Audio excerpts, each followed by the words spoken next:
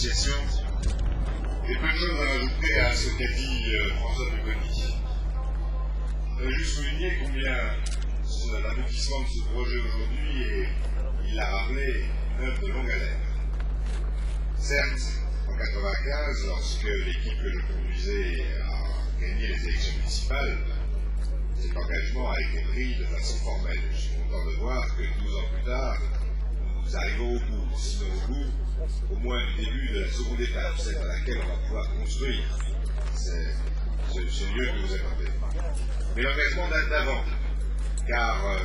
pendant les années qui ont précédé, lors de rencontres avec la communauté, en particulier avec Élie Marciano, dont c'était le projet, nous en avons vu les uns et les autres des projets défiler, des plans de construction, des besoins à satisfaire. Et alors, comme nous étions dans l'opposition, c'était facile de faire des promesses. Et je crois qu'il est très important de souligner au travers de ce projet-là que des promesses qui ont été faites à un moment où, comme on dit souvent, un engagé de ceux qui les écoutent, en réalité, elles ont été menées à leur terme. Et si elles ont été menées à leur terme, François a eu la gentillesse de dire que je lui ai confié cette mission en lui passant des rêves. C'est gentil de sa part, c'est vrai. Mais c'est quand même lui qui, au cours des 10 ans qui viennent de s'écouler, a fait en sorte que tous les obstacles politiques, juridiques et parfois psychologiques au sein de la communauté puissent être résolus. Et donc je veux bien prendre une petite part des remerciements, mais la plus grande part des remerciements, c'est à François Pupponi que vous devez l'adresser.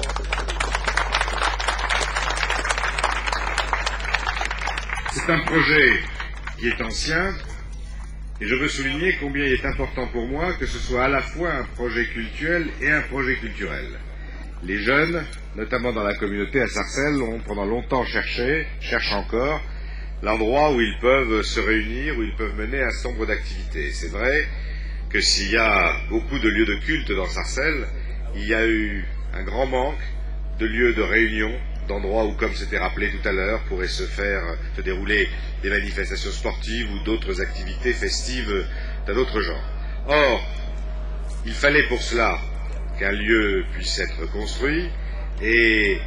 cette ambition que nous avions les uns et les autres, d'offrir à la jeunesse de Sarcelles, et en particulier à la jeunesse de la communauté, la possibilité d'exercer tout un ensemble d'activités dans un lieu qui lui serait propre, cette ambition-là, on va enfin arriver à la réaliser. Et ça n'est pas un hasard si, comme le soulignait François tout à l'heure, ça se passe au même moment que sur d'autres aspects, la construction de maisons dans la ZAC du cœur de ville, l'aménagement d'un certain nombre d'autres quartiers du grand ensemble. Ce n'est pas un hasard, donc ça se passe au même moment où cette ville commence à retrouver, après un travail de longue haleine, mais une image qui, il faut bien le dire, dans le passé, s'était beaucoup détériorée. Moi, j'ai regardé l'autre jour des statistiques sur le prix de l'immobilier,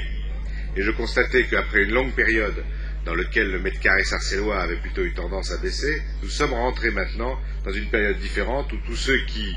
ont investi leurs économies pour acheter un logement à Sarcelles vont enfin pouvoir s'y retrouver. Alors on me dira, ça n'a pas que du bon, parce que dès lors qu'ils vont pouvoir faire un bénéfice, ils vont pouvoir quitter Sarcelles. Non, c'est pas vrai. Je pense que le mouvement est inverse. Aujourd'hui, François le rappelait à l'instant, il y a des membres de la communauté, mais aussi d'autres Français qui reviennent vers Sarcelles, alors que nous avons vécu une longue période dans laquelle, finalement, l'image de la ville était très détériorée. Ça aussi, c'est le travail de l'équipe municipale et largement le travail de François Pupponi, mais de ceux qui travaillent autour de lui, et je pense bien sûr à Antoine Espiaz, dont le nom a déjà été évoqué. Moi, ce que je veux vous dire, en une phrase, pour ne pas être long, il fait chaud, et vous avez tous envie que nous passions à une autre phase plus concrète, celle de la pose de cette véritable première pierre. Le point important que je veux vous dire, c'est que pour moi, Sarcelles reste le lieu où on peut montrer dans notre pays, à un moment où l'antisémitisme continue d'être fort et même, je le crains, continue d'augmenter, où on peut montrer dans notre pays que différentes communautés peuvent vivre côte à côte sans qu'il y ait de heurts et sans qu'il y ait de difficultés. Je suis très frappé de voir, sans doute comme vous, lors des événements de novembre dernier, Sarcelles a été une des rares villes dans lesquelles, je ne dirais pas, il ne s'est rien passé. Mais il s'est passé peu de choses. Alors qu'on aurait pu craindre, justement à cause de la multiplication des communautés à Sarcelles, que ce soit le lieu, au contraire, où l'explosion soit une des plus fortes. En réalité, ça a été le contraire, et je crois que ça tient à la fois au sens des responsabilités de ceux qui dirigent les différentes communautés, en particulier la communauté juive, au sens des responsabilités du maire et de son équipe, et au fait que nous donnons l'exemple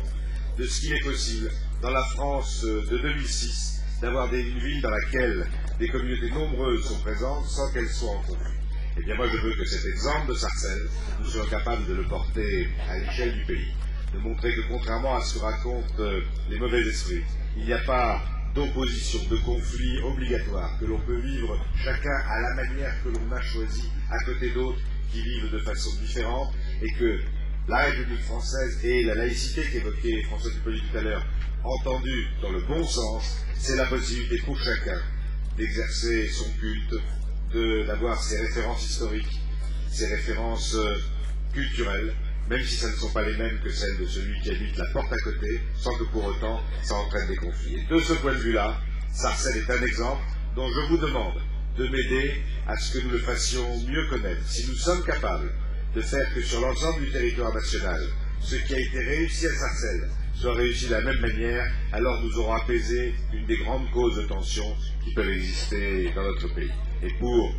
la capacité que vous avez à conduire cela, à vivre les uns et les autres côte à côte, sans heurts, je veux à la fois vous remercier, féliciter les responsables de la communauté et, je le disais en commençant, je termine là-dessus, féliciter aussi le maire de Sarcelles. Merci.